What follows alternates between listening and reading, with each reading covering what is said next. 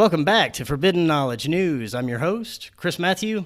Tonight, my guest is Raven Keefer. Before I bring him on, I want to remind you to subscribe to Forbidden Knowledge News on Odyssey. We're always available on all popular podcast platforms.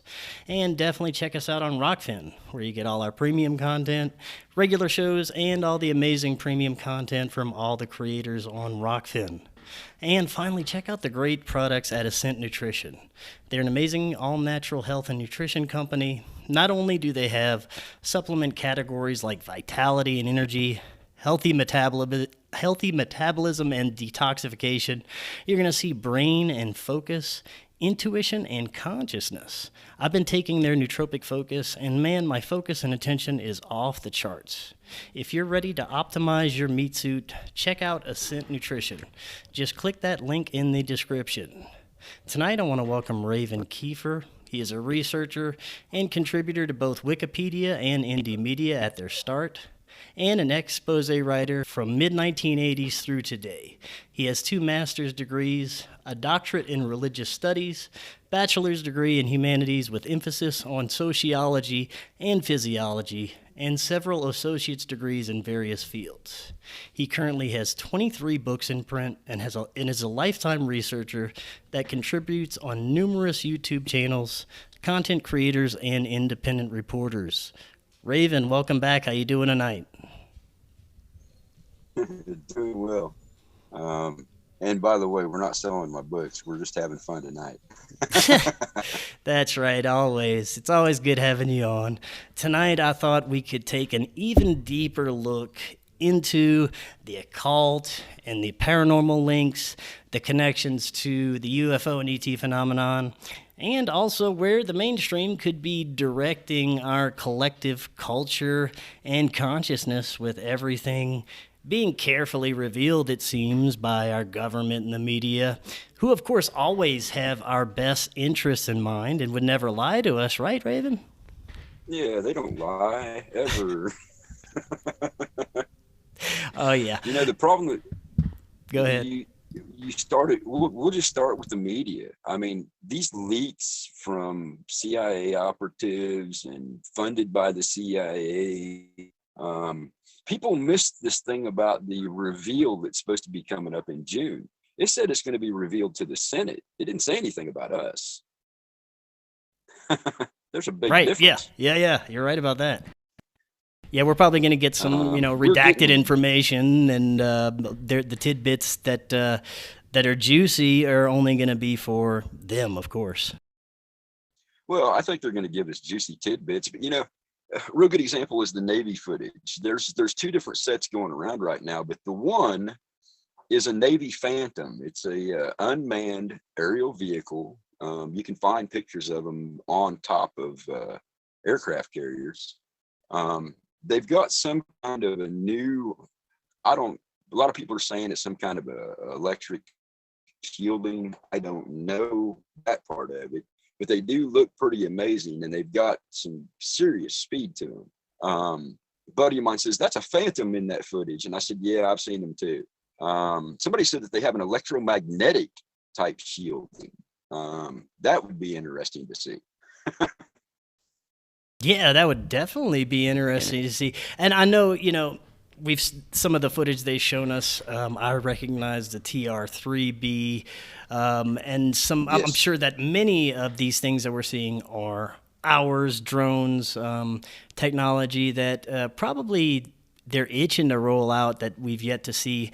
That I think that may be one of the smaller reasons why this is all happening now. It is a good excuse for these guys to roll out some of their toys. Well, somebody leaked footage from a runway out. I swear it was in the desert. I couldn't tell you if it was Groom Lake or if it was 29 Palms, but they leaked footage of a black triangle with a ladder up to it, and the person on the ladder looked tiny compared to the aircraft itself. Now, who leaked that footage? Was it legitimate? It was on a runway or off the side of a runway, and it had a set of stairs going up to it, and it was one of them giant black triangles. We've been seeing those since the late 90s. Yeah, yeah, we've definitely been seeing the triangles for a very long time, and I think it's kind of insulting to a lot of us in this community that we know what has been shown as alien craft, has been our own governments. We've been seeing this stuff leaked for a long time. I'm just Yeah. wondering if they think we're just that stupid or they just don't care because they know the majority doesn't know anything about it, Well, people who spend all their time watching TV, we can't help them. I'm sorry to say that, but they call it TV programming for a reason. The ones that interest me, now that we've talked about the traditional and non-traditional known aircraft, the ones that are interesting me, like I got a video of one of those Merkabas in the sky, the ones that flash and look like they have a Merkaba inside of them. Right. Yeah. Those are being seen all over the planet right now, and there's no way to just. I can't tell you what that was. I can tell you it moved in ways that I've never seen a traditional aircraft, and I know it wasn't a balloon or a Chinese candle or any of that. And they're being seen all over the place. Now, that to me is an unidentified flying object. Yes. And something else that I find fascinating, we kind of touched on it a little bit last time you were on, the gentleman that was showing the pictures, the infrared pictures of the entities in the sky that looked like amoebas and fish and things like of that nature that could be in our sky at all times, just out of the spectrum of our vision. But these things were amazing. They looked like biological entities, like jellyfish or something, or fish in the sky. Way back when Sir Arthur Conan Doyle, and I mentioned this in the last time we talked, is he wrote a book about when the pilots were first flying the open canopy aircraft, and there being some kind of a man of war high up in the atmosphere that attacked pilots. And Doyle was writing a fiction, where would he come up with something like that? And then we have people in the late 90s and early 2000s who were taking photographs in caves. The big one down in Mexico was one of them, and you could see things flying through the air just like they were swimming in water. To me, those are just life forms that are outside of our visual spectrum. Right. And we know this. I mean, you've mentioned it. We mentioned it the last time we talked. Our range of vision and hearing and interaction with what's around us is so limited that, like I said, we could have 10 people standing right next to me right now listening to me talk, and I couldn't see them. Yeah, exactly. And it's amazing that some people can be so open to it and some people can be so closed. Like one person could be standing there witnessing some paranormal phenomenon or something in the sky, and the person right next to him will never see it. They could point directly to it. It's just the frequency that people can tune into, I imagine. I honest to goodness believe that it has a lot to do with our frequency.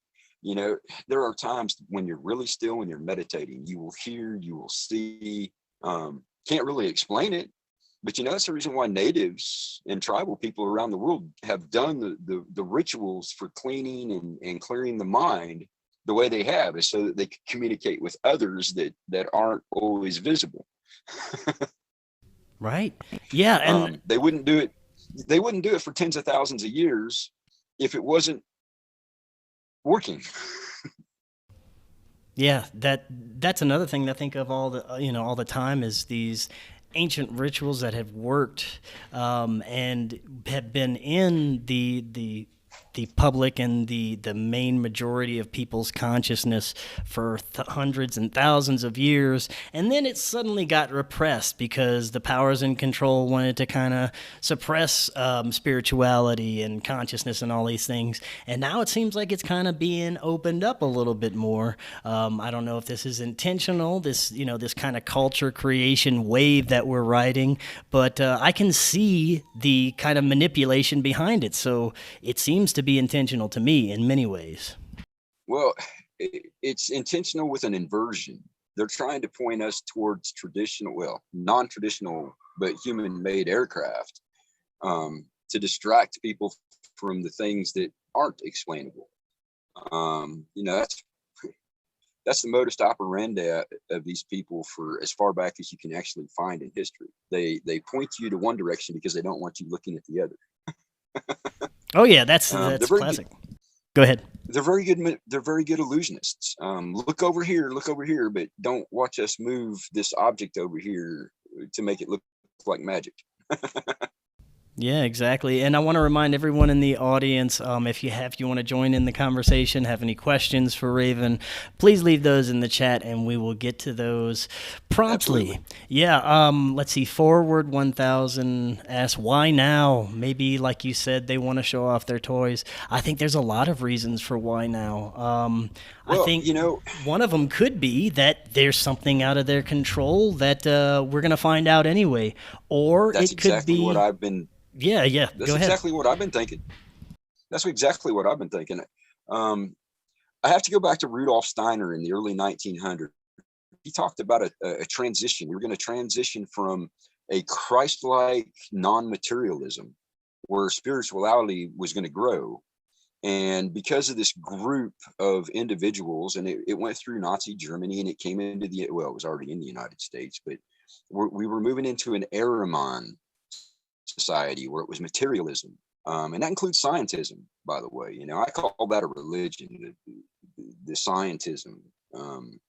They know that they can't hide stuff right now because of all the changes that are going on. I mean, look at the earth changes that we're experiencing. They know what they still try to obfuscate the information, like certain agencies are hiding earthquakes and volcanic activity. But you can go other places and find the information. You just have to know where to look. And that's what they're counting on, is people don't have the patience to dig, and they weren't taught to dig like we were back in the 70s and 60s. We were taught that if you want the information, you go find it. We used to have to go to the library, open up the books, or chase down somebody who was a professional because you couldn't get them on the internet. And if you wanted to know, you actually had to pursue it. Well, people today are so used to the search engines, which don't give you information. Well, they give you a lot of information, but they don't provide you any knowledge, really. And there is a difference. The search engines are overwhelmed with information, but to try to find knowledge there is pretty much a waste of time. Definitely. And so what we've got all these things that are happening. We've got the geological events that are happening. Like, who would have ever thought we'd see a lake explode? Did you see that? Yeah, that's crazy. I feel so terrible for the people who were there, but who would have ever thought in our lifetimes that you would see a whole lake explode? And we're probably going to see much worse before this is over with, if the historical accounts that have survived are accurate. But they know that, I hate to say this, but in scripture, it talks about the time of revealing, which is what that actually means. And every time the cycle comes around, people become aware of what's been deceptively passed off as truth. And of course, then the reset happens and we have to start all over again, and it doesn't matter. But so everything's being revealed now. They've got no choice. They know that it's going to come out one way or the other. So they either control it or try to control it, or people are going to start catching on to the lies. Yeah, I want to get into what possibly could be happening with our climate, because I think that's going to be one of the next big agendas that they're going to start pushing, is the fake climate change agenda, when there's actually something cosmic that could be coming our way that they can't control, and it could cause major cataclysms. But until then, it's distraction and disinformation.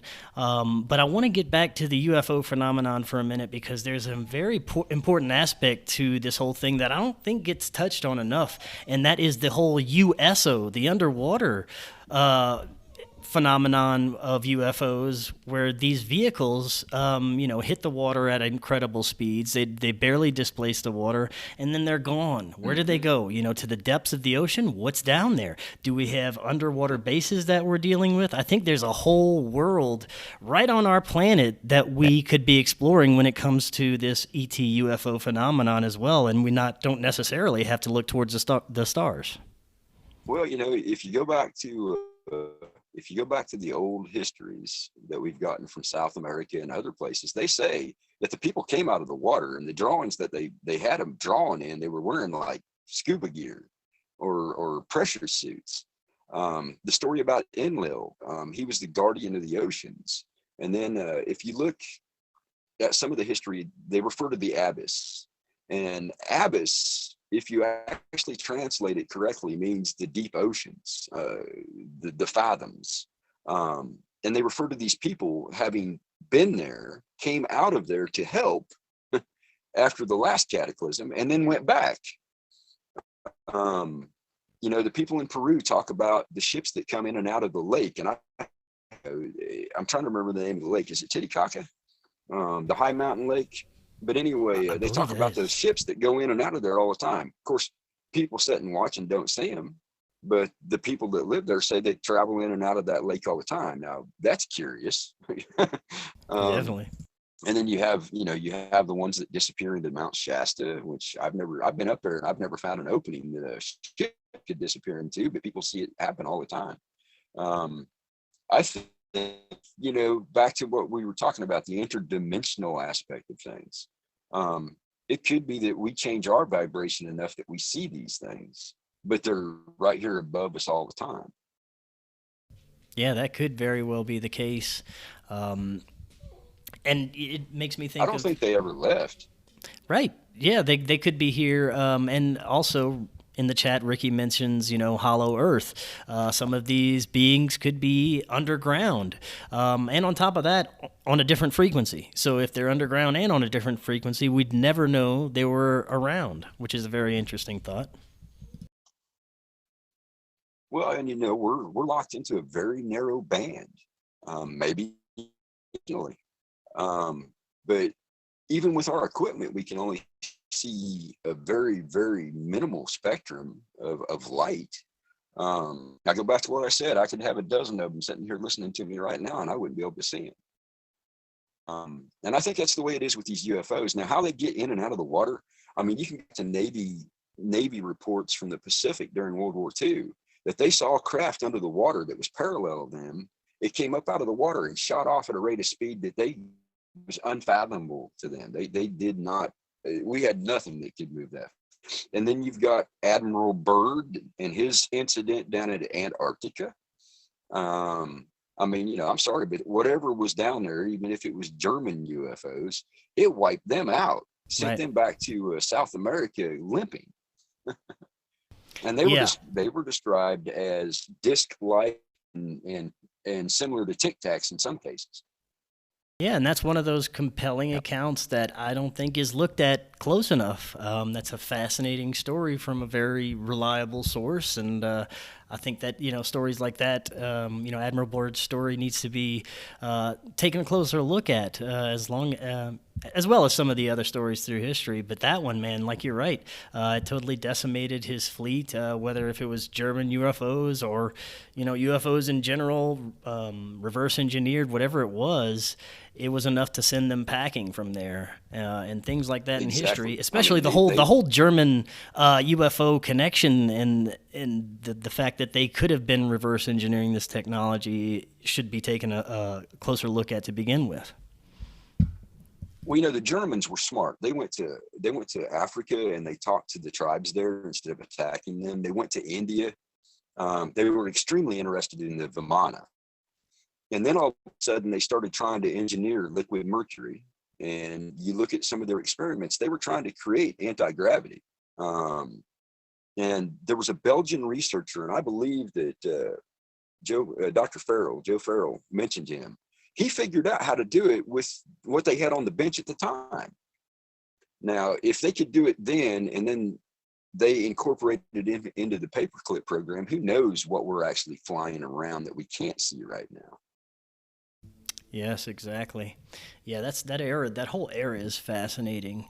All the aspects of the UFO, the occult aspects, and I think that it'd be fascinating to take a really close look at that, you know, sometime with some researchers who have enough information to delve deep into it, you know. Now, when it comes to Bill Cooper. Go ahead. Bill Cooper mentions seeing a USO and it was harassing the fleet that he was with. And there's a few others in the 70s and 80s that talked about USOs, and their innate ability to hit the water at such high rates of speed without disturbing. That's the curious part. Now, did you see the recent story? The most recent UFO story to hit the mainstream news was, a fleet of UFOs surrounding Navy warship. They recently started talking about it, and I guess released some footage of it. Did you see anything about that? Well, I saw an article, but I actually haven't had a chance to see the video. Yeah, it's interesting, but I think it's just another one of those. Has taken out my internet. Oh, wow. Yeah, it's interesting. I think it's just another one of those new stories to come out to kind of push the agenda. But it seems like the agenda is to paint these things as a threat in some way. That could be building up to a whole nother thing, to this whole fake alien thing, this whole fake invasion thing that many people think that we might be headed up against. That's what we were talking about last time was Von Braun or Von Braun. I never his final warning. He said it would be a human enemy of nations or regions, and then it would be asteroids, and then it would be UFOs. He said that offhand, Yeah, definitely. Did I lose you? I'm still here. You were breaking up for a minute. Yeah, the Von Braun, the Werner von Braun warning is fascinating enough. But we're seeing all this talk from the mainstream. All of a sudden, we had the COVID op, all this other stuff happen. And it's just the timing of it is very suspicious. I'll say, to say the least. Oh, I would definitely say. Well, we can go back in history and look at paintings. I mean, I think you've had guests on that have shown them, but there's other places you can look. There's paintings that go back to the 1600s, and that's when a huge problem was starting to be resolved. And then even further back, you see paintings that have UFOs all over the place in them. I can't imagine that the artist would put UFOs in their paintings just because it looked neat. Some of them paintings are classical. And in that time, I don't think they had access to the resources. They actually had to grind the powder and make their paints and do all the work. Why would you just throw a UFO in there shooting a beam of light down at the ground if you didn't actually see it? Yeah, that's a very good point. John Nelson in the chat brings up a very interesting story. Did you see the fireball that went into the Indonesian volcano, the meteor? It's really funny because we have seen that exact thing 5 times now. Really? Mr. I won't say it, but one of the guys on YouTube had a video maybe 7 months ago, right before the eruption in close to Manila in the Philippines. There was a fireball that went in behind the volcano. You couldn't tell if it hit it or it didn't, but within a few days there was an eruption. I find that curious. And then this one here, man, you couldn't. That was a hole in one. If you were trying to play golf and hit that shot, I don't see how you could do it. And yes, I did see that footage. It was curious. Let's say it that way. Right. It almost put me in mind of Rod of God technology. Yeah. I hate to say that, but yeah, it looked. I don't know how many people. Go ahead.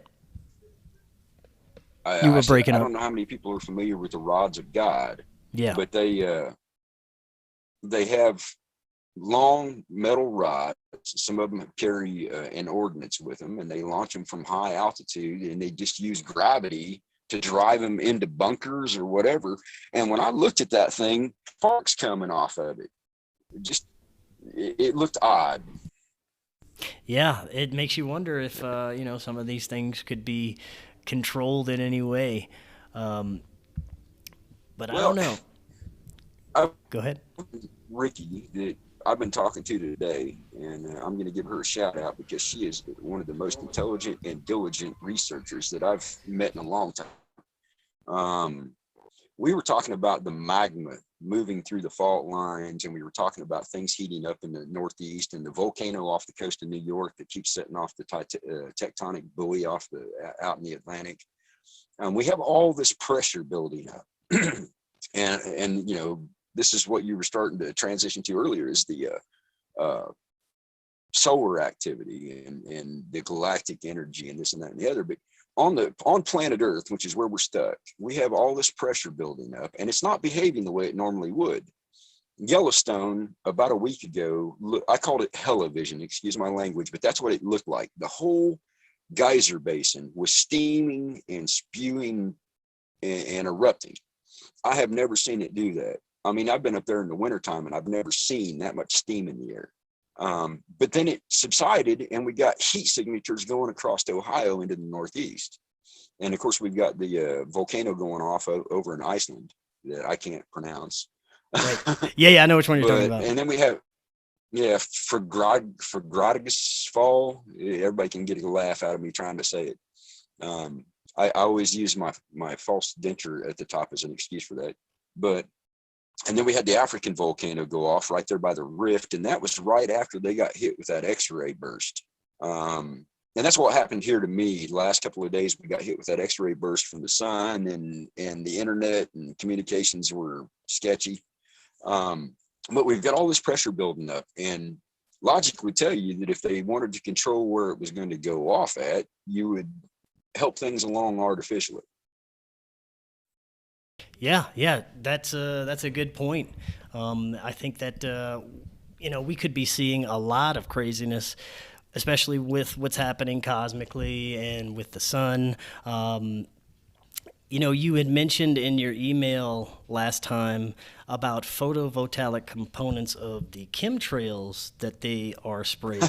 Now, I know that when I spoke with Ben from Suspicious Observers, we talked a little bit about chemtrails and the fact that they have a good side in a way, that they're trying to kind of keep the radiation from being too intense, but also they're retarded to begin with for spraying it. So, it's like a double-edged sword. But, you also mentioned that it could be to project imagery into the night sky, right? Yeah, well, years ago when we first started getting into this, I started doing research, and there's a company out of California, and their chemical components were exactly the same components that you see in photovoltaic windows. When you add a charge to it, it creates a screen. And I thought, boy, that's really weird. Why would you be spraying that particular composition into the sky?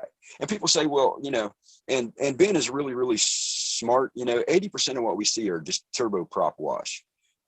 Been that way for years. There's just a lot more airplanes up here. But here's the thing.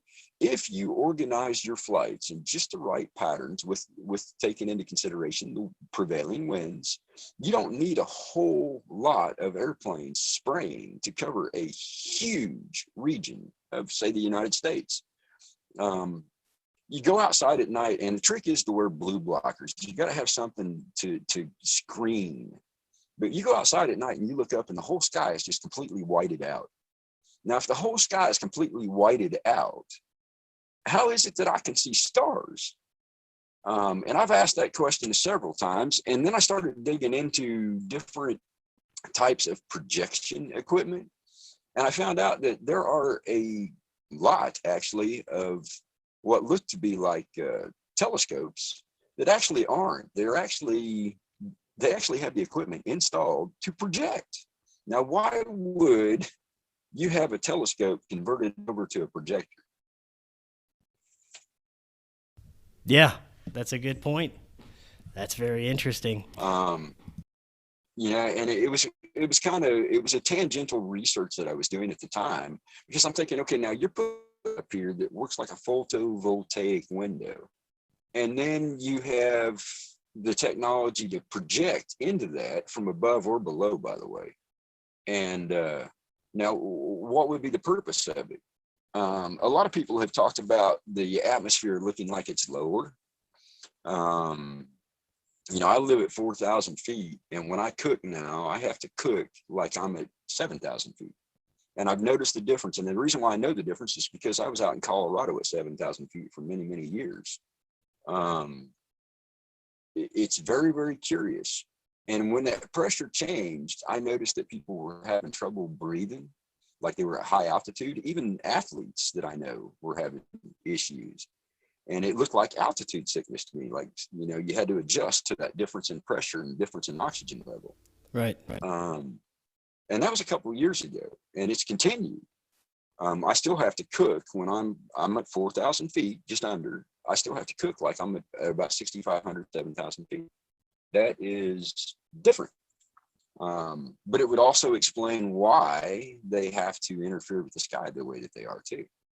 Yeah, and Star Knight in the chat brings up a good point. The sun is different. I remember when I was growing up, the sun used to look orange, yellow. Now it looks like a white, bright light bulb, basically. This fluorescent it really light. does. And you know, Ben brings up a very, very good point. When you're observing the moon and you're observing the sun, we have a different electromagnetic spectrum going on right now, both from inside the earth and from the sun. So it's changing the optics. Is it partly because the sun hasn't been as active? That could be, but you know, we had a big that came into the solar system, or actually the solar system ran into, and it changed the way the sun was burning. But it also, you know, would change our atmosphere. And they have detected helium at the high altitudes. So that tells you that we're into it too. Visual spectrum is really tricky. You look at something through water and it changes the color of it. You look at it through fog, it changes the color of it. I think that has much more to do with the reason why we're seeing a different visual of the sun and the moon than an actual change in those two objects. Yeah, that's very interesting. It could be. I'm just very... Well, and it's good science. What's that? What'd you say? I said, and it's good science. You know, it's Occam's razor. You know, you eliminate all the crazy things and you eliminate all the possibilities, and you settle on the most logical, rational explanation. Well, when you look at the chemical content of our atmosphere, you look at the change in our electromagnetic bubble that we're in, and then you look at the atmosphere of the solar system, the way it has changed dramatically, you can see that it's most likely the reason why the visual spectrum on the sun and the moon looks so different is because of our own atmospheric changes. And, you know, I would love to say that it was something crazy and something completely insane and that it was a light bulb up there that has to be changed every once in a while.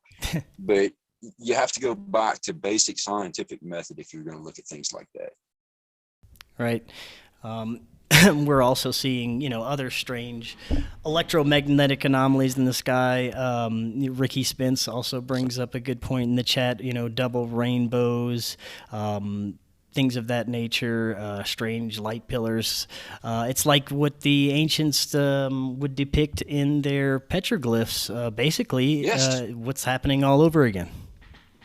Yeah, I mean, absolutely. If you start looking at the petroglyphs and you start looking at what we're seeing in the sky, you know, they had a big plasma burst in India last year, and it looked, not only did it look scary as hell, but it looked exactly like the petroglyphs we see around. It had the sphere at the top, and then it came down and it had like the umbrella pieces that went down, and at the bottom of it, it looked like it was trying to burn through.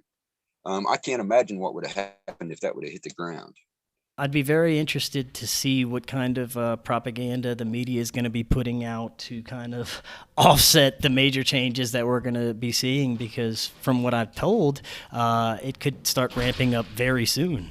The effects that the solar minimum could possibly be having here on the planet, those controllers and the elites are going to react and show us their version of what's happening with climate change coming up, you know? Oh, yeah. Well, you know, back in the 70s, when they first started doing the ice cores, and I'm sure you've heard about these before, but when they first started doing the ice cores, there was actually a documentary made by the scientists who were doing the ice core research. And the video they made was the ice age is coming. And immediately the governments, you know, the mind controllers and the media started harping on this global warming thing. it's another example of the inversion of reality. These people keep trying to sell the population.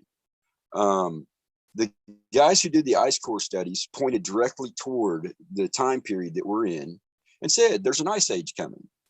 And immediately in the late 80s, that information was buried, and all of a sudden we had global warming then. Now they've changed it to climate change because everybody can tell it's colder.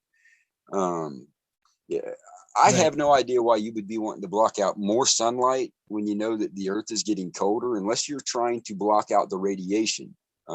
We have gamma rays that came in a couple years ago that actually put the American systems in what they call RADCON 5 condition and kept them that way for about 12 hours. Now, RADCON 5 that system was designed to detect a nuclear incident. But what happened was we had so much gamma energy coming in from outside the atmosphere that it was setting those detectors off. Right. That's interesting.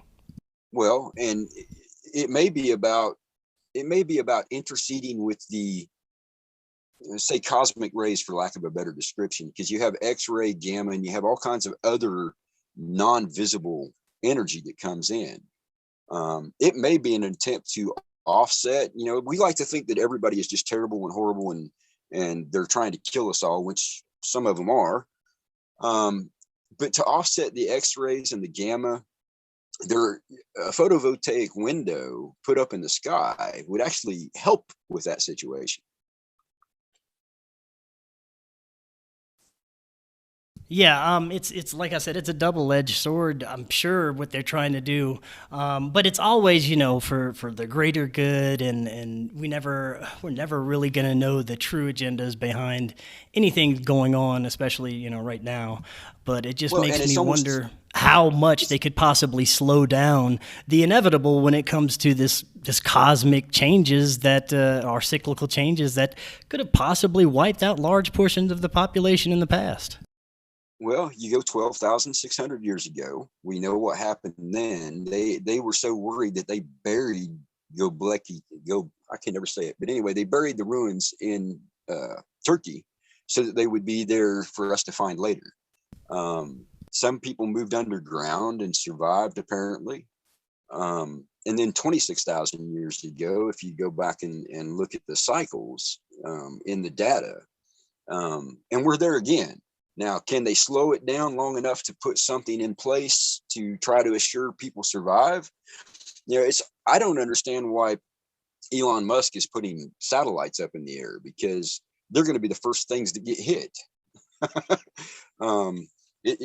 Unless it's about consolidation of power now before the event happens. Yeah, you're right. It could be, it could be just a way of prepping everyone, all the elites, getting ready. And I've even heard that they've already got technology to have breakaway civilizations off planet, but you never know. That could be a whole nother agenda with the Space Force. Who knows?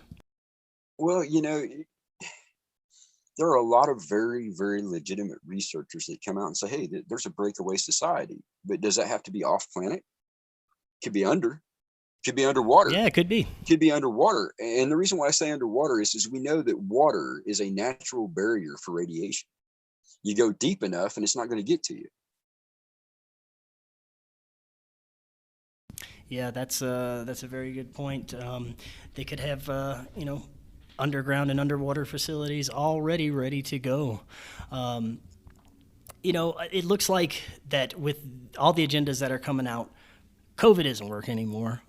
They've lifted the mask mandates in a lot of states. The whole the jab thing probably isn't as successful as they wanted it to be. So I'm sure that they're going to be moving on to something else. People don't have the same fear output that they have.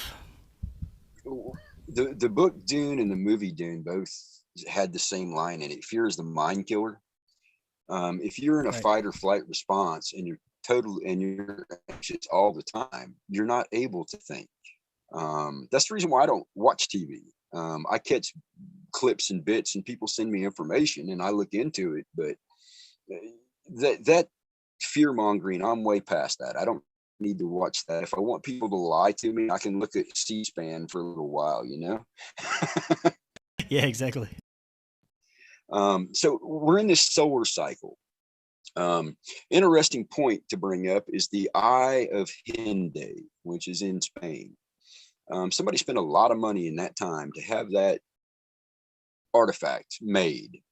And it shows the four gas giants in a square, and it shows the sun. And if you're standing there looking at it, the sun would be spitting at you. You can see the directional of the spit coming out of the sun.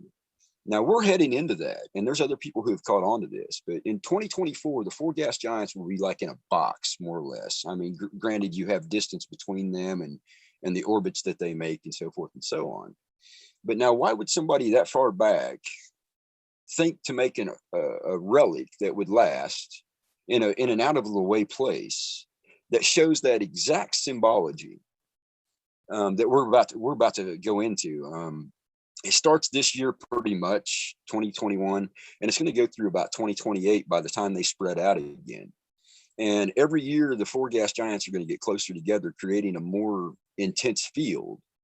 And we have to pass through it every year between the sun and them. People look at the sun and they say, oh, the earth facing side has been very, very quiet for all these years. Well, the gas giants have been on the other side.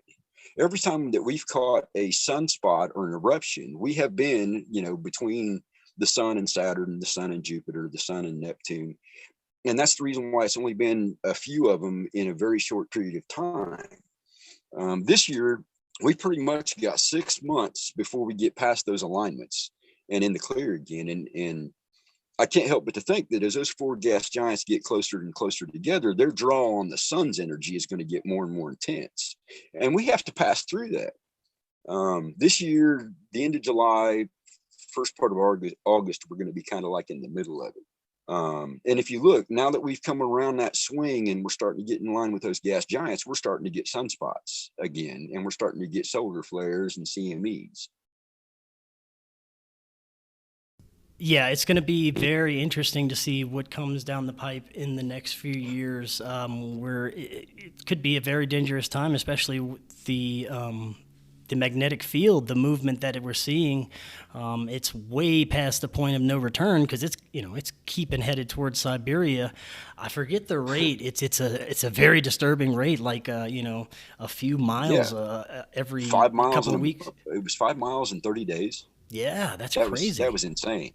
Yeah. But see, we go back to these cycles, and this is, we have people who witnessed what looked like man of war floating through the sky. Well, if you look at the sprites that we're seeing now, doesn't that look exactly like what they were describing? Yeah. And that was a minor glitch in the 1600s. We're at a full-blown cycle at this point. If you look at the historical data that we have, both geologically and from the ice cores, it's going to be interesting because the more solar discharge the Earth catches, the hotter the magma gets, the hotter the mantle gets, the more volcanic eruptions we get, the more outgassing we get, and we're already starting to see those effects. Yeah, we've been seeing them for quite a few years. I think that we're actually lucky that we haven't seen more pop-offs from volcanoes and major earthquake activity to this point. I think the Earth is just being a little bit more resilient than we give it credit for. But there's only so much that she can take, I think. Well, and the more of this energy that comes in, like X-rays and gamma, that actually goes in deep. So it's heating the core and it's heating the magma, and we're getting, that rift that opened up in Mexico that people have forgot about. That was 2 years ago. And then last summer, the city of Phoenix got thunderstorm warnings because they had an outgassing from that fault that shot 80,000 feet into the air. It looked like a massive thunderstorm had just appeared out of nowhere. But when you went to satellite, you could see it was volcanic gases. And that rift that opened up in Mexico was huge. It was like 3 miles long. And then we had the earthquake up in Minnesota where the inside of the Madrid zone dropped 6 feet from one earthquake, and it was a minor earthquake. So we're seeing the effects of our magnetosphere or magnetopause not being as strong as it used to be. Yeah, and it's continuing to weaken, and it's going to get to a point where we're going to start seeing undoubted effects, and the media is going to have to catch up with it by making whatever agenda apparent that they're going to bring forth. And I'm sure their little troll girl Greta Thunberg is going to be a huge part of that as well. But for the their little troll boy, yeah, whatever it is, it's gonna be out there. Now for the I hate to be that way, but go ahead. What were you gonna say? I said I hate to be that way. I hate to be that way, but there are a lot of physiological signs that don't match up with what they're describing. Oh, yeah, and that's across the board with a lot of these talking heads that they use. It's that's a whole nother show to begin with. It can be confusing to say the least. That would be a fun show to have people ask questions about. Yeah, I know, right? Well, we for the last half of the show, I do want to get to some of the aspects of ufology and combining it with the paranormal and occult kind of normalization that we're seeing pushed through the media. I noticed we were seeing it for a while, before 2020 in movies and TV shows. Netflix, they're kind of normalizing witchcraft and the occult and things of this nature. And they're still doing it. They're still dripping out movies and stuff. But 2020, we had a little break with Hollywood, I think, with the COVID thing, and everything was more virtual and interactive and online. And that's what everything is kind of heading towards, is this more interactive entertainment where people can, comment and interact with the content creators that are out there now. And I think that Hollywood will eventually, traditional Hollywood will eventually be a thing of the past, and they're going to start pushing these messages through social media and the internet and YouTube and things that we can interact with, and it'll bring like a whole new level of culture creation to whatever they're trying to do with this UFO phenomenon, combined with the occult aspects of it, kind of putting it all together into the human psyche. I see that they're bringing it, to the forefront more, all these aspects. And I think that what they're doing with the mainstream UFO thing, kind of painting it as a nuts and bolts threat, while the media is kind of going to this occult route, I think it's kind of bringing it to the psyche of the populace in both aspects. And I think it's going to bring confusion. I think that's the intention of it. What do you think?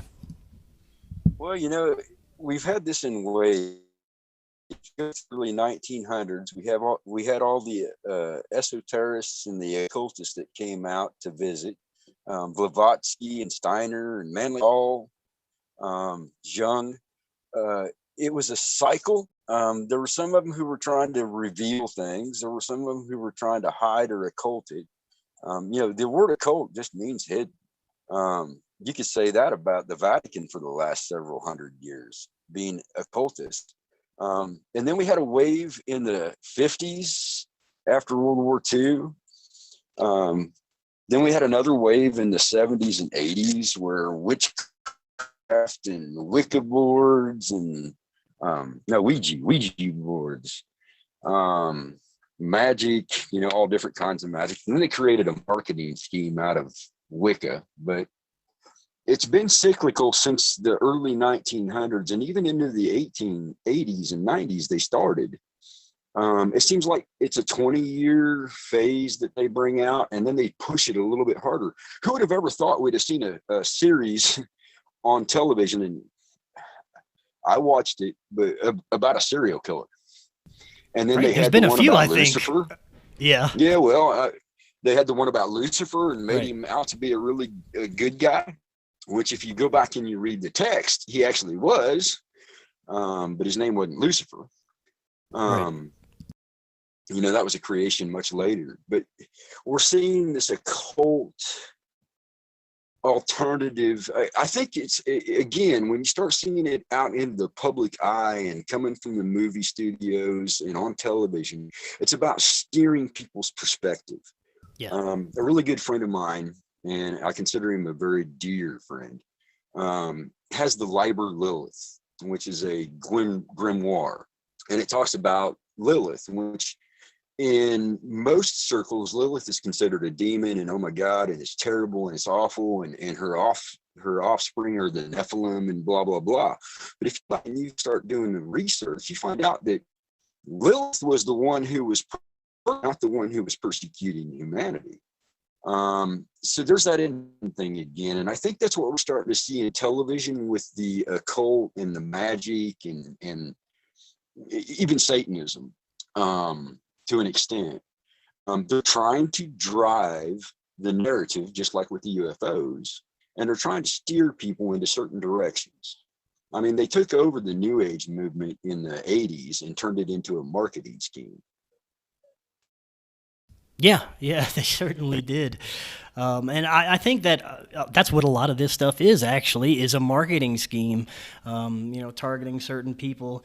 But we've also got the celebrities channeling aliens now and channeling extraterrestrials and UFOs. So I think that's another part of it to pump something into the psyche, Exactly. Well, it's like you're going to the Laughlin conference, and I think it's available online too, right? People are going to be able to unfortunately, this one will not be available online, no.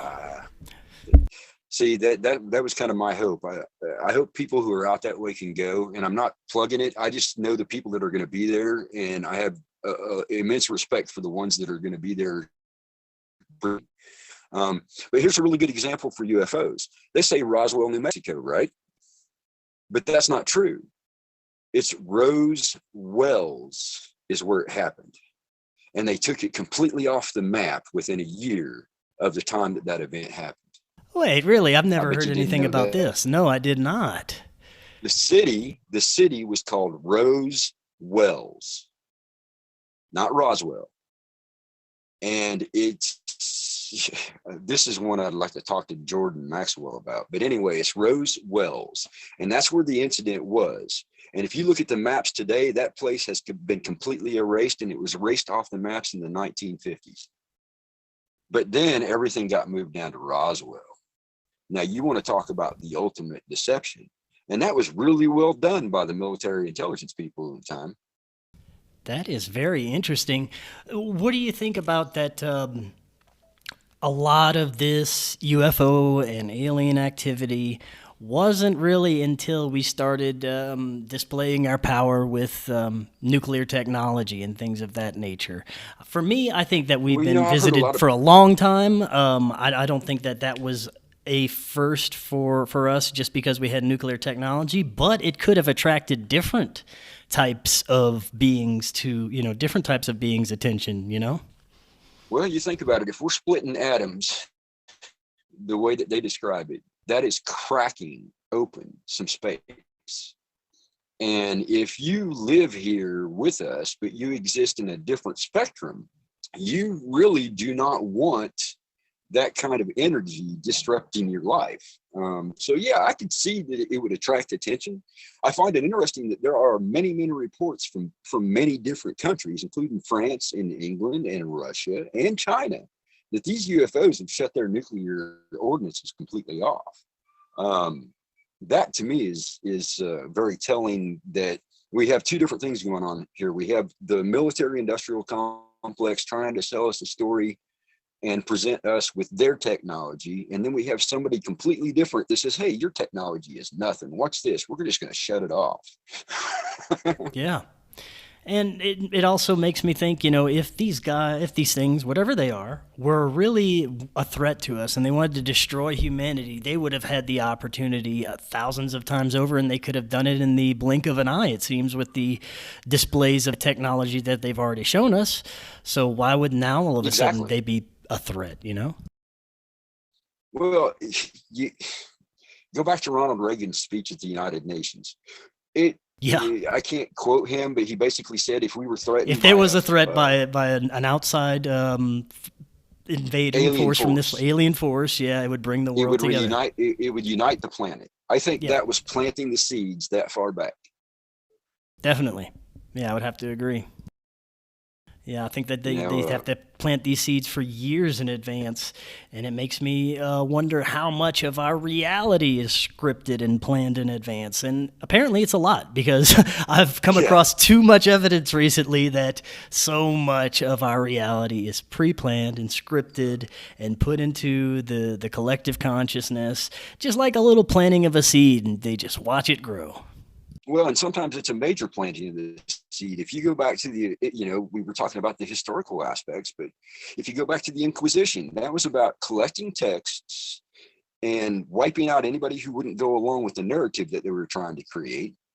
They installed oligarchs that hadn't been in power before, and the people who were wealthy or would have been considered oligarchs at the time that wouldn't go along with them, they just rounded them up and killed them. But in the process, they rewrote those texts. And people can look this up. The name is Petau, Petau, and Carliger, Carliger. And what they did is they used two of the Roman orders to rewrite history and install the oligarchs that took over after the Inquisition. And then miraculously, according to the texts that they released, the originals were burnt, and all we have is the rewritten copies. I don't believe that, but so we've got a whole new history from the Inquisition on. Now, what happened before that? We have tribal people who we can go to, like the Zulu and the Dogon and the Aboriginals. But they rewrote history that far back. Who knows what they're doing now with the technology? I mean, we see things today that they're rewriting constantly. Yeah, and I think that's a part of why we see the suppression of native stories and things of that nature.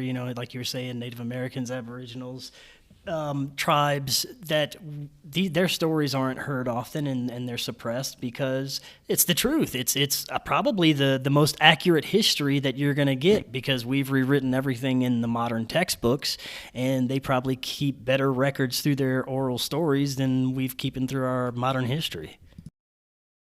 Well, it's not a coincidence that as soon as the Europeans recovered from the cataclysm in the 1100s, I mean, it took them almost 200 years to get up and running again. But when Columbus and those people came over here, they had already invaded India, they had already invaded Africa. And who did they go after? They went after the cultures that survived the cataclysm. Why? Because they would have had histories that were contradictory to what was being taught in Europe.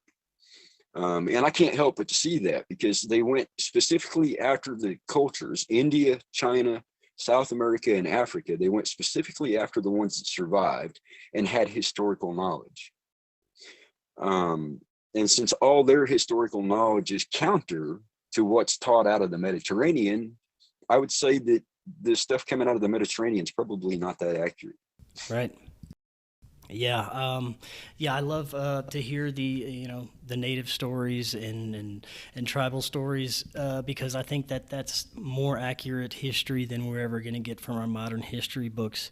And including UFOs. Yes, including UFOs. And also you had mentioned in one of your messages that we were going back and forth with a global culture of possible, like, Bigfoot beings or dogmen that could have existed, throughout time, and just we're not able to we're not able to see them, or they're just really good at not being noticed, or they're in that spectrum of vision that we can't quite see. If you go back in history and you look at some of the stuff that's got through to us, like from Herodotus and others, they talk about the dog soldiers. They looked like canines. Agamemnon actually hired a whole regiment. It cost him a fleet of ships to hire one group for one campaign. That's how vicious these things were. Somehow they were able to project, as a group or as an individual, they could project fear before they ever got into combat. Now, can you imagine having that skill? But here's the thing. The group out of the Mediterranean that were a global civilization. Now, we have to be careful where we go. So I'm going to start with Babylon. Babylon, if you translate it literally, means gate of the gods. All right. There's one in Iraq where everybody says Babylon is, But I think that's a misnomer that they put in place to disguise other things, because there's a gate of the gods in Peru. And if you look at those terraced gardens, and you look at the water wells, and you look at the pools, and you look at the amphitheater that they have there, and there's a gate of the gods, a Babylon, right there on the hill beside it. I have told people for years that that terrace at Pumapunku is the hanging gardens of Babylon. Why? Because Babylon means gate of the gods. And the people in Peru still call that doorway that doesn't work, we don't have the technology to open it, the gate of the gods. How's that for interesting? That is very interesting, man. So Yeah. Babylon, as they have altered it, was a global civilization. It was on multiple continents. They traded. I had mentioned to you before that there's Coptic writing found in the mounds from Pennsylvania to Iowa, from Michigan all the way down into Tennessee. There's Coptic writing on clay and copper. The copper from Michigan that we still harvest has been found in Akkadian, Sumerian, Egyptian, Syrian, which is Persia, relics. Now, how did Michigan copper get to the Arab countries? Right. And you know what's really interesting that I've had thoughts about, that on some megalithic structures, in Peru, they have them in Egypt, they have them in Japan, these doors that appear to go to nowhere. It makes me think of some kind of portal or stargate that this global type of civilization could have possibly been using in the ancient past to immediately travel. Right. It's an interesting thought. But here's the thing. All of those gates that are there, those doorways, are called the gate of the gods in those places, which means that Babylon was in all those places. The gate of the gods was there. There's one here in the Southwest in the United States. But here's the thing. When you talk about dogmen and Bigfoot, first thing you need to know is that the native people of the United States call Bigfoot Sabe, S-A-B-E or S-A-B-A-E, depending on how you want to spell it. But that's a Mediterranean word. So why would Native Americans here in the United States use a Mediterranean word? Now I take you back to that global civilization who were traders. They traded copper from Michigan to the Mediterranean. They traded goods from India and China to the Mediterranean. The Suez Canal is not new. They just cleaned it out. People get mad at me for saying that, but it's named after Zeus. All they did was invert the letters, Z-E-U-S. But anyway, so what we had a global culture that was on all the continents. And if you go back to the old history, like Herodotus, for example, and some others, the dog men were mercenaries. I mean, there's many references to them being used even in the Bible. They were mercenaries. They were hired army. And then you have Agamemnon's son, who was supposed to be between 12 and 16 feet tall. And this is depending on how they translate the measurements, but he was covered in hair because his mother's clan were covered in hair. And his skin was hard enough that it would repel arrows. Now that's interesting. And they were from the Mediterranean. So you have this culture from the Mediterranean that was a global trading organization. Now, what would they need? They would need mercenaries to protect their ships and their mines and their settlements. And they would also need big, strong, strapping people to do the work. When the cataclysm hit in 1100, it took almost 300 years for the Mediterranean and Europe to reset. What would have happened to the dog soldiers and the hairy people that had been inserted around the world in the meantime?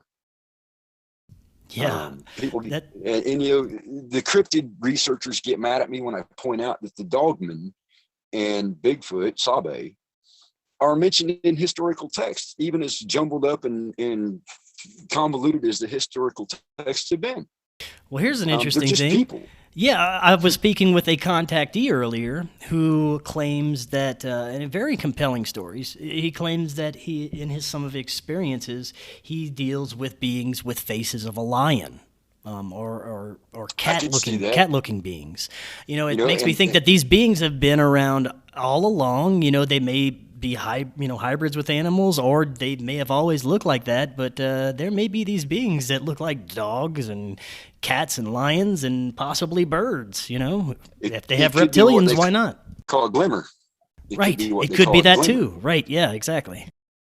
But the whole point is they had some ability to generate fear in people. And that was one of the reasons why they were such desired mercenaries and cost so much to hire. It's not that they're not in the historical account. It's just that people who want to research cryptids refuse to look at history. Either that or they just don't know it's there. Most people haven't read like I have. I have seen Bigfoot. People look at me like I'm crazy, but around here, we've been talking about them since 2016 because all of a sudden we started seeing them again. You'd see them off the side of the road, for crying out loud. Yeah, I really think we need to take a whole new, fresh look at the Bigfoot phenomenon because we got too many old stigmas stuck to it, and it doesn't fit anymore. It's become too strange and out of the ordinary that I don't think it's just your typical wild man. I think there's something more to it. Well, and there's this confusion too. A lot of people assume it's the Bigfoot or the dogmen that are causing disappearances in the forests and the woods. But tribal knowledge says, no. Bigfoot are people just like any other. Dogmen are people like any other. And if they try to scare you, it's because they don't want you interfering with them. Just leave them alone. That's interesting. But the things that make people disappear are not the same. I'll give you a really good example. I was on break having a cigarette down by the creek, and I saw a reflection in my glasses. And it looked like, I'll just say it the way I said it then. It looked like a really hot chick wearing a silver outfit, jogging outfit, coming down the trail. And it's not unusual for people to jog on that trail. And I thought, well, I'll just turn around and have a look at her. I figured if she's dressed like that, she's going to be somebody to look at. When I turned around, there was nobody there. Wow. I thought, now wait a second.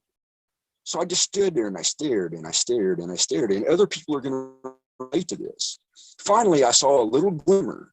It looked like a human shaped outline, but it reminded me of the Predator. Yeah. The Predator movies, because you could see the glimmer, but you couldn't see what was in the glimmer other than the outline, and only if it moved against the background behind it.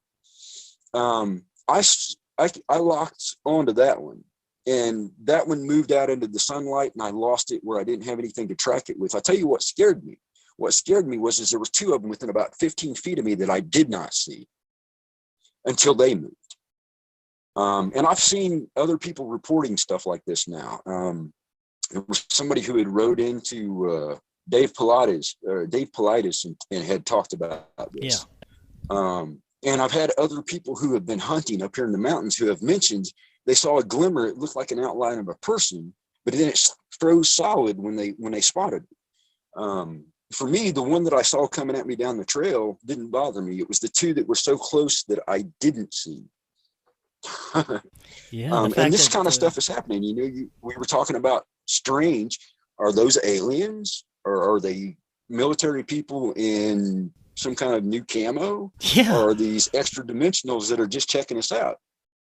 Yeah, that's very fascinating to think about what that could possibly be. It could be all of those things or none of those things. Who knows? Exactly. The fact that I they have the technology to do that, but I cannot tell you what it was. Yeah, the fact that they would have the technology to do that, whether it's our military or some advanced beings, that's kind of terrifying to begin with. But you would think that with all the advanced technologies that we've seen, kind of if these beings have them, I'm wondering what the actual interest in our human race is, other than, are we just an experiment for these guys that has always been an experiment for these guys, and they just kind of check up on us, or are we dealing with different beings? I want to know what three of them were doing standing there watching me smoke a cigarette. Right. Yeah, and or it could be, like you said, just advanced humans. there's a researcher that I have on quite often, Jared Murphy, that believes, that it may not necessarily be aliens, that it could be just an advanced breakaway civilization from our ancient past that comes back around to check on us. They have this advanced technology, cloaking technology, advanced flight technology, knowledge of the stars, and they're able to pop it back into our timeline or reality and see how we're doing. That could be it's funny how you and I talk in circles. That's an old native thing, is talking in spirals. But, you go back to the Vimana. When they described the Vimana, they could vanish right before your eyes and then reappear 100 miles away. The people who were in the Vimana could do the same thing. Now, what if those people from 26 or 56,000 years ago didn't leave? They would be even more advanced now. Yeah, you're right. Yeah, that's an interesting thought, that these could be us, just time travelers, or, I don't even want to say time travelers, because I don't think time exists as we perceive it either. But that's a very, very interesting thought. Now, and that's where you have to be. You have to think things through.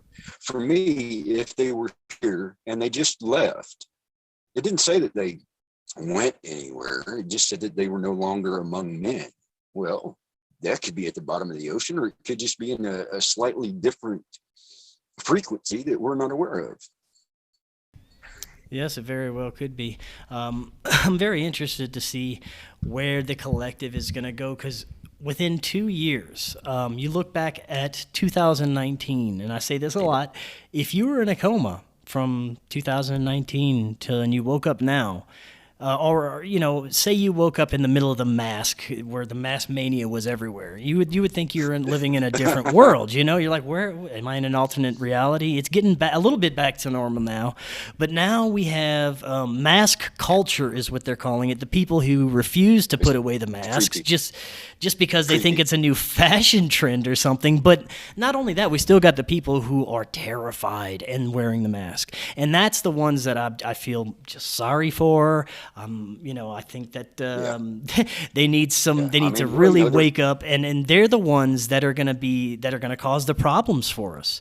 I think they're the ones that are going to be the zombies in the future. They're the ones that are going to panic when the shit hits the fan and they don't know what the hell's really going on. And I see so many of them still walking around in the stores, just wearing their mask out of fear. And the media and our government did a great job of indoctrinating. Addicts. What's that? I call them zombie TV addicts. They watch TV so much that they become zombies. But here's the thing with this. Okay, let's go back to the toilet paper fiasco. MSM ran an article, showed what looked like a staged event, somebody stealing toilet paper out of a truck, and they made a big deal out of it. Everybody who watched TV panicked, went and bought 10 bundles of toilet paper, and then complained because there wasn't any. So they just ran the same con game again out here on the East Coast. Oh my goodness, the pipeline's down. The gas is going to be terrible. The people who watch TV panicked. Yep. They went and filled up every vehicle they drive, and some they don't. Filled up gas cans, and guess what? Filled up a gas shortage. Filled up plastic bags and shit too. Yeah, that was insane. They didn't even know plastic bags wouldn't hold gas. We're in bad shape, brother. Yeah, just put it in the trunk. It'll be fine. Yep. But here's the thing. Not only were they successful in creating a toilet paper panic, but they created a gas panic. And the shortages were the result of the zombie TV addicts' fear.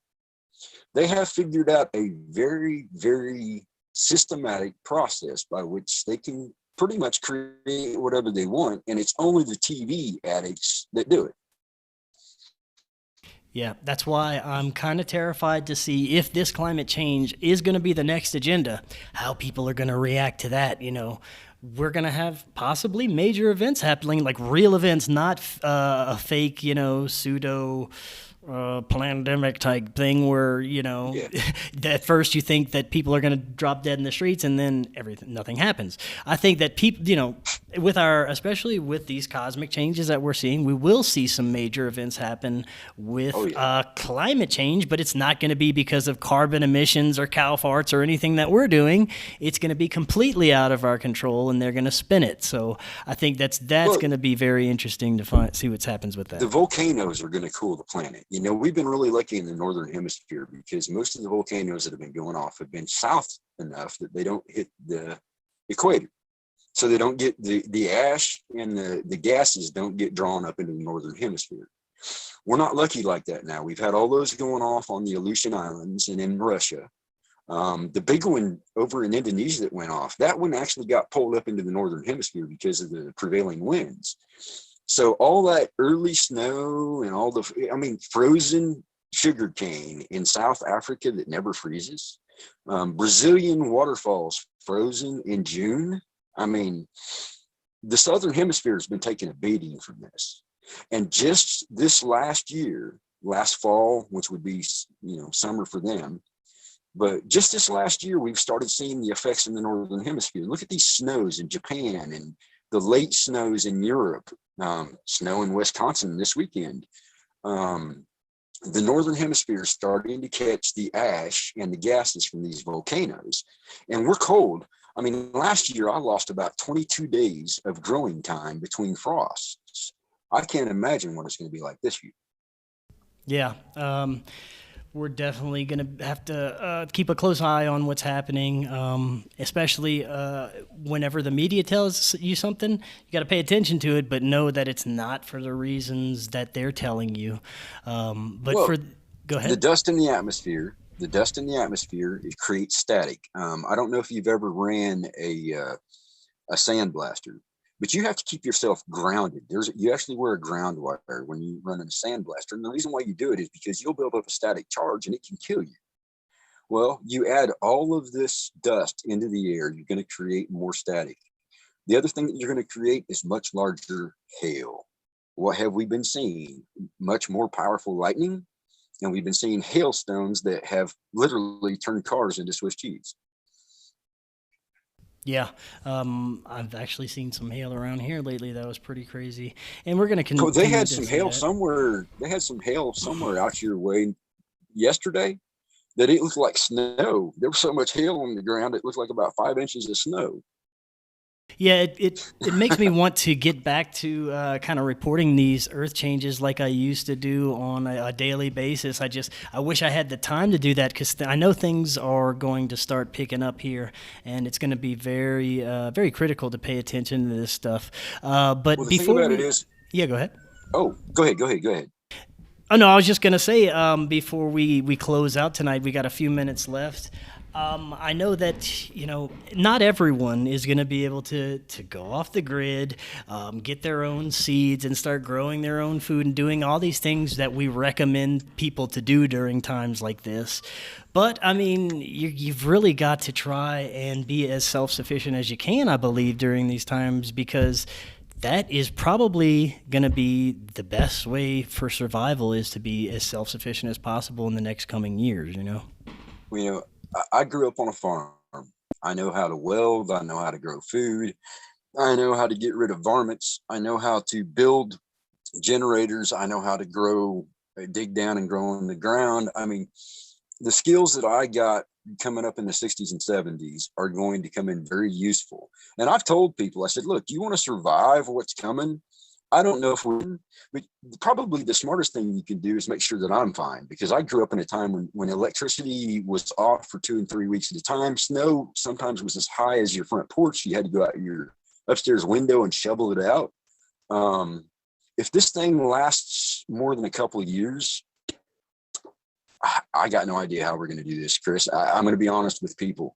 If we got 7 years of these gas giants being in a cluster, which means we're going to get slammed by the sun every time we go through there. Every time it does that, we're going to have more volcanoes, more earthquakes. It's going to get colder because of the magnetosphere and the volcanoes going off blocking the sun. We could actually be looking at a deep set, long lasting ice age.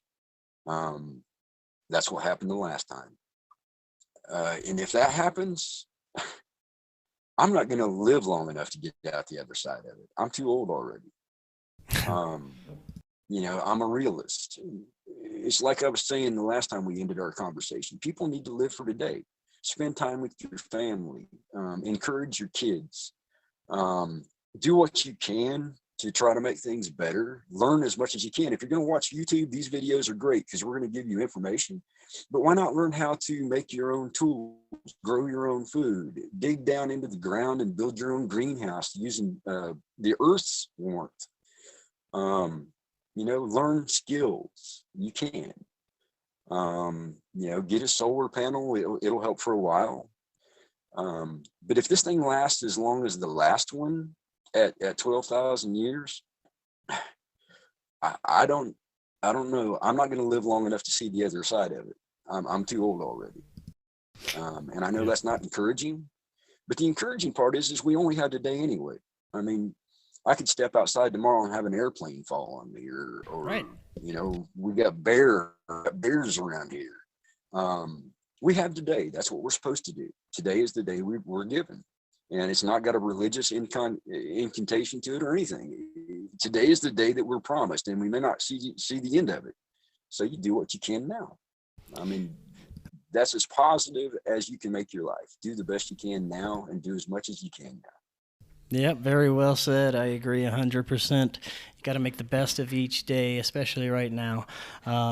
But man, I'm going to keep paying attention to all the craziness happening. And of course, I'd love to have you back on sometime soon in the future to keep discussing this stuff. It'd be fun. George Carlin said that he was going to make popcorn and sit in the front row seat. Well, yeah. Here we are. I think we better start making popcorn. Yeah, he's probably got those batches in heaven just sitting there watching the show go by, laughing his ass off. He might be one of the guys running around in the silver suits. Hey, he could be. You never know. That'd be great. Well, Raven, thank you so much for coming on. Yeah. I encourage everybody to keep an eye on you because you talk to people who have information that is counter to the spin that the MSM's putting out. And it's really important to try to expand as much as possible. Speaking of UFOs, I have a blinker going right past me right now, and it is not an airplane. Oh, how's sweet. That for interesting? Yeah, they're watching us right now. I hope they enjoyed the broadcast. I've got one of those Merkaba looking things that is literally coming over the mountain right now in front of me. Oh, really? Wow. Yeah, I'm sitting outside. Huh. That is a trip. I've never seen one move like it. There you go. Somebody's listening to us. Yeah. Let them know that I said hello and stop by my place sometime. Well, I mean, they never stop by here, but I get to see them fly around the mountains a lot. But we got a lot of geodes here, and I think that has a lot to do with it. Man, that's interesting. That's cool. The electromagnetic charge in the mountains. Yeah, anyway, yeah. Chris, I appreciate your time, and I appreciate everybody listening in. And hopefully next time we get on, we'll be able to take some questions and actually have some fun with the people asking questions in the chat room. Oh yeah, definitely so. Yeah, we got carried away in our conversation, but we'll make time for the audience next time, definitely. Raven, thank you so much for coming on, and until next time, everyone, have an excellent evening.